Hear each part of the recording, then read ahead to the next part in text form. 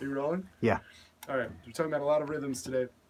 First of all, we were talking about the pump, how to speed up the pump, right? In general, a lot of the stuff I'm about to show you right now and speeding up has to do with aiming for fewer strings, right? So instead of trying to hit like all the strings, like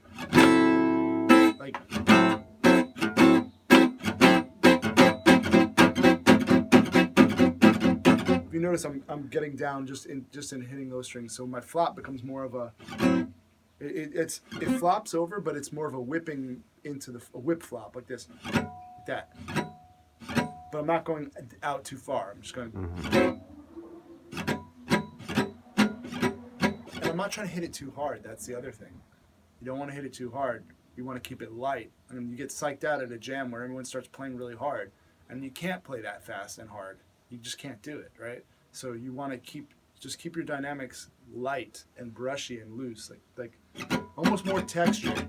That's how you know if things are getting too loud. Like if you can't hear your texture, probably it means that especially if you're plugged in with amps and stuff, the other amp is way up. The other guy is way up. The way to test to make sure you have the right levels on the amps is to go like this, and the other guy goes, and if you both have the same brush texture, then you're at the right volumes. That's how I check my sound check my people. So here we go. The pump is. You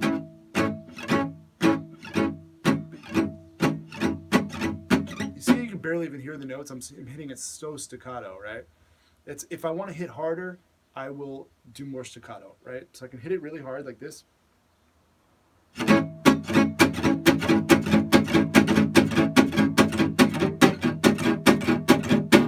Or I can go lighter and let it ring out a little more.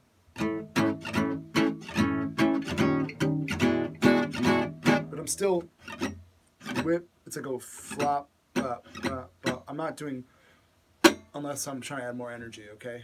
But so those are just some variations on the pump.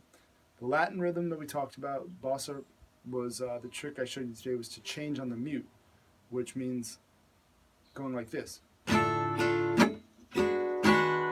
So the note of the next chord is happening right before the beat on that upstroke, the upbeat, I guess, or whatever it's called. So it's.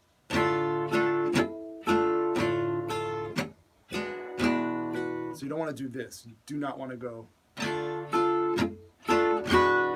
because then you have nowhere to hide that change. The mute, you can hide the change. I can change from here to here on a mute like this. Easy. But if I try to go, it's like, shit, how can I do that? It sounds really bad. All right, so but the trick is, again, for that rhythm is that the accent is all in the left hand. You're just going. But you can aim still for a small area and keep your wrist loose, so it just brushes it. Also, especially with this rhythm, because we're letting the notes ring out, you don't want to hit it too hard. You want it just to be like. If I start playing, it's crazy. And the soloist cannot play over that, right? It has to be.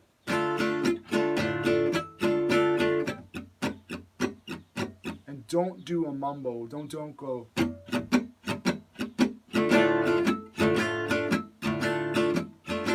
That's great, but not for this, what we're doing here. We want to just go straight 8 notes, I think. Yeah.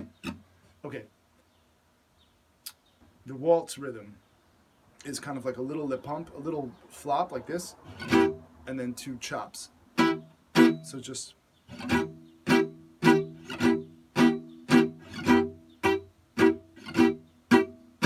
And then you can do it.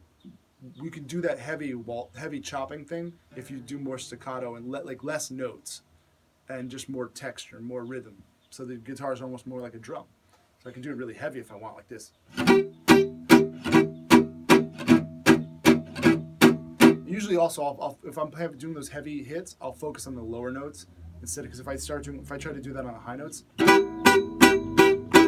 they pop. It just hurts. Well, the thing is, the higher notes, they get to their full volume faster, I think, because they're smaller. So they actually stand out a lot more. With the lower notes, you're getting that attack, like the warming up part, but you're not getting the like peak thing of it, right? So it's like That's why you can hear if I'm going versus it's really like it blends better when you hit the